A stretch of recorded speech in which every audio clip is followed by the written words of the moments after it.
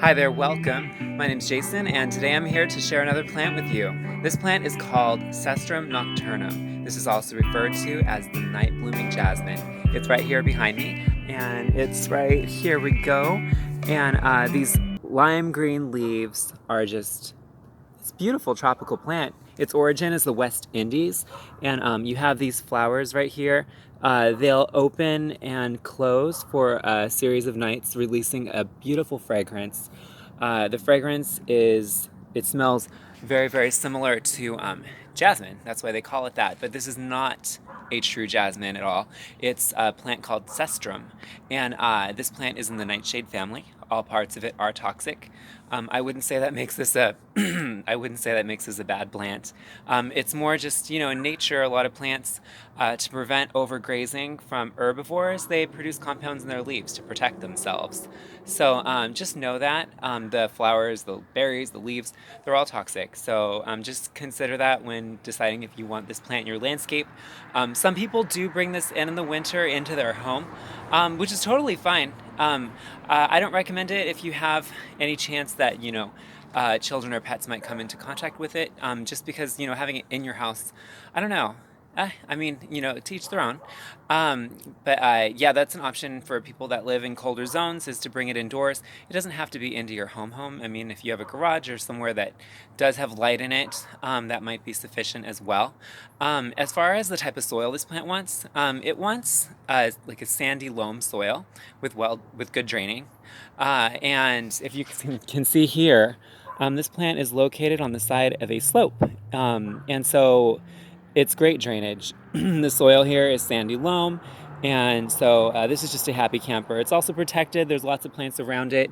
As far as cold hardiness, this comes from the West Indies, which is tropical. So just keep that in mind. As far as the cold hardiness, I've read that this can go down to like around 20 degrees Fahrenheit. So I don't know. Just always be careful when there's a freeze, but it has a decent cold hardiness, not the best, but it can withstand some cold.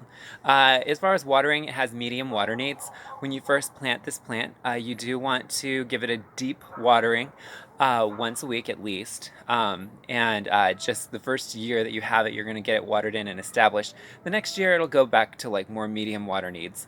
As far as fertilizing, you want to fertilize this plant in the spring. This plant also does appreciate a fall mulch. That is really good for, not only is it good for nutrients that break down slowly over the colder season, it also is a form of insulation as far as like not allowing too much cold air to pass through the soil, especially since we have this well-draining soil. And as far as pruning, you want to prune this plant back after flowering. That also helps prevent the berries. If you do see berries, that's fine. I mean, like, just you can prune them when they've gone to berries too. But as far as uses, how where would you use this plant? You could place this plant. I wouldn't place it at the entry of your home, like not right next to the door, not right underneath the window, because the fragrance is very, very powerful. So I mean, it's like really powerful. It's been noted by some, I mean, by many. When this is in full bloom, at full maturity, you can smell this plant up to a couple 100 feet away. So do keep that in mind. You can regulate the amount of fragrance you get by where you place it. So if you do place it, you want people to smell it when they come to the door. I would place it, at least like, 12 to 20 feet away from the door so that you get that nice breeze from the plant with the fragrance when it blooms, but it's not like too overpowering. And if it is, just cut it back. Cut the flowers back, less blooms, less fragrance. How else is this awesome? It's great in a moon garden. Some people that have moon gardens like to appreciate the scent in their moon garden at night. And those are gardens that they have a lot of frosty foliage that reflect the moonlight back up to create an appealing garden in the evening. But yeah, also the fragrance is a nice thing to enjoy.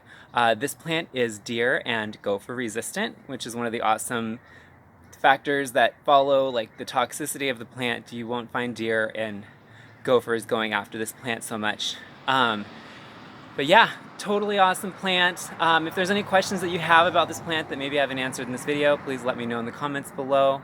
Once again, if you haven't subscribed to my channel, please subscribe. I appreciate y'all coming on here and watching these videos. you have any suggestions, please let me know. This was fun. Thanks again.